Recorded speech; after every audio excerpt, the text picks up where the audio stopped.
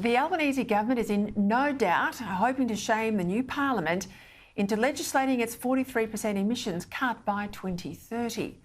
Critics will certainly be portrayed as standing in the way of progress, exposing future generations to a climate emergency, denying investment certainty to business, and standing in the way of the government's mandate. Even though the latest reports have the government appeasing the Greens by making 43% the minimum cut rather than the maximum or ceiling on this target. And while Labor says that it will resist Green demands to ban new coal and gas developments, does anyone think that regulatory impediments won't be used to make them impossible, even though coal and gas are two of our three biggest exports? Remember, less than a fifth of the electorate voted for the Greens or the Teals, who wanted a cut greater than 43%. And I might remind commentators too that the coalition won considerably more primary votes than Labor. So any talk of a mandate is just a form of moral bullying. Back in 2015, the coalition signed up to a 26 to 28% cut in emissions on the back of official advice that this could be achieved without new policy or new spending. Obviously, a near doubling of the target to be achieved in just 8 years' time will require drastic changes with far-reaching consequences. It's not enough to blithely assert, as Bill Shorten did when Labor leader, that the costs of inaction exceed those of action, or to claim, as Labor often does, that becoming a green energy superpower will somehow create more jobs than it destroys. Labor often used to cite Europe as an example to follow, as proof that doing more on climate was not just possible, but desirable. But now even Boris Johnson has called for a climate pass.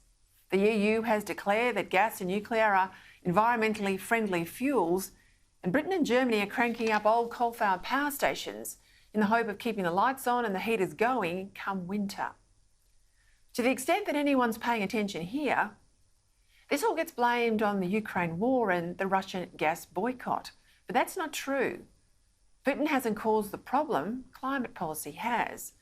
And much of this current crisis predates the Russian tanks rolling across Ukraine's border back in February. It's a statement of fact that Europe has only become dependent on Russian gas because of climate policies that preference unreliable renewable power to the 24/7 power provided by fossil fuels or nuclear. Yet Labor insists that the answer to gas shortages and coal shortages is always yet more renewables, when no real answer's there for when the wind doesn't blow and the sun doesn't shine. It's not climate denial or right-wing ideology to demand specific plans rather than vague assurances before voting for legislation that could transform how we live. It's just being practical, to doing what you're elected to do. I mean, how exactly will the problems of power storage and power transmission be addressed if we move from 60% of our power coming from coal, as it does now, to almost none of it in just 8 years' time? How much will that cost? Especially if power demand is going to surge as the government moves to subsidise or even mandate electric vehicles. How many of us will be expected to walk or cycle to work or school in order to achieve a 43% cut in emissions? How many meat-free days will be expected of us in order to save the planet? How many head of cattle must we cull?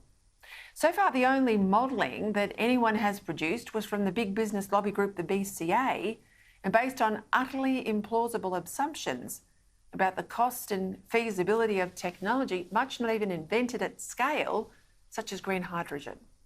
Now, it's not unreasonable to seek better modelling and more detailed plans for how different sectors such as transport, agriculture and manufacturing are going to manage this transition, as well as how we can power electricity to give us the 24/7 supply that's essential for modern life. Indeed, it would be almost criminally irresponsible not to have this modelling publicly out there before any MP votes. Today, the Prime Minister demanded that the opposition show more maturity on climate. They need to basically mature a bit, really. They had 22 policies, they didn't land one of them. But what's mature about voting for something that's no more substantial than the vibe? Power is an essential service. Along with preserving public safety, keeping essential services going is the basic duty of government. Entrenching in legislation a 43% emissions cut recklessly puts all of this at risk. Labor promised safe change before the election, but there's nothing safe about making power less reliable and less affordable. If this is day one of a new parliament, I'll tell you what, it's going to be a wild ride.